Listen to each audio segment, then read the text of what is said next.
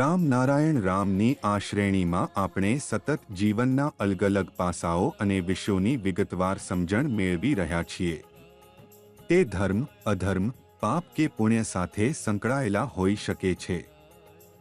જુદી જુદી ધર્મોની જુદી જુદી શાસ્ત્રો હોય છે, જેમ કે સનાતન ધર્મ માટે ભગવદ્ ગીતા અને રામાયણ, મુસલમાનો માટે કોરાન શરીફ અને ખ્રિસ્તીઓ માટે બાઇબલ છે.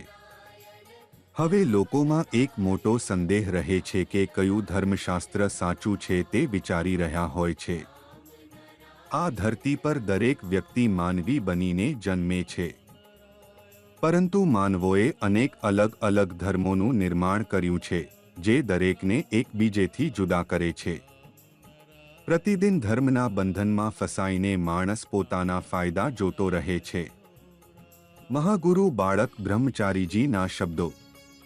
મહાગુરુ બાળક બ્રહ્મચારીજી પ્રમાણે સૌથી મોટો ધર્મ આકાશ છે, જે આખા સૃષ્ટિનું નિર્માણ કરે છે, અને સૌથી મોટું ધર્મશાસ્ત્ર રામ નારાયણ રામ છે. આ ગ્રંથ દરેક તારા અને ગ્રહોના સ્વરૂપે બ્રહ્માંડમાં ફેલાયેલી શક્તિમાં જોવા મળે છે.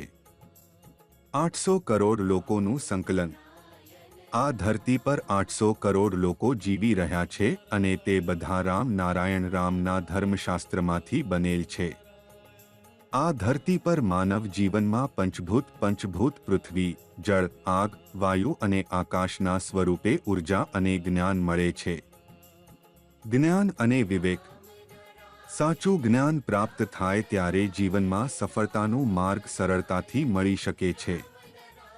તમારું વિવેક, ચેતના અને અંતરાત્મા રામ નારાયણ રામના સમર્થનથી જીવનના બધાય અવરોધો દૂર કરી શકે છે. જીવનના આધાર માટે ધ્યાન. તમારા જીવનનું સુખદ ભવિષ્ય ત્યારે શક્ય બને જ્યારે તમે ધ્યાન મેડિટેશન સાથે જોડાઓ. ધ્યાન મેડિટેશન 1. મન અને વિવેકને મજબૂતી આપે. 2. દસાંજ અને શાંતિનો અનુભવ થાય. 3. સાઉન્ડ એનર્જી 50,000 કરોડ આત્માઓ સુધી પહોંચાડે છે. ધ્યાને સ્રોત ક્યાંથી આવે? આ એનર્જી પ્રકૃતિમાંથી પ્રાપ્ત થાય છે. આ એટલે કે સૃષ્ટિ, આકાશ અને બ્રહ્માંડ, જે જીવનનું પ્રદાન કરે. રામ નારાયણ રામ નામના જાપની શક્તિ. રામ નારાયણ રામ નામનો જાપ પૂરા બ્રહ્માંડના સ્મરણ તરીકે કાર્ય કરે છે.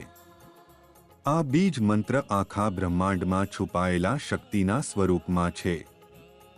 આજથી જ આ બીજ મંત્રનો જાપ શરૂ કરો. તમારું જીવન સુખદ અને આરામદાયક રીતે આગળ વધશે.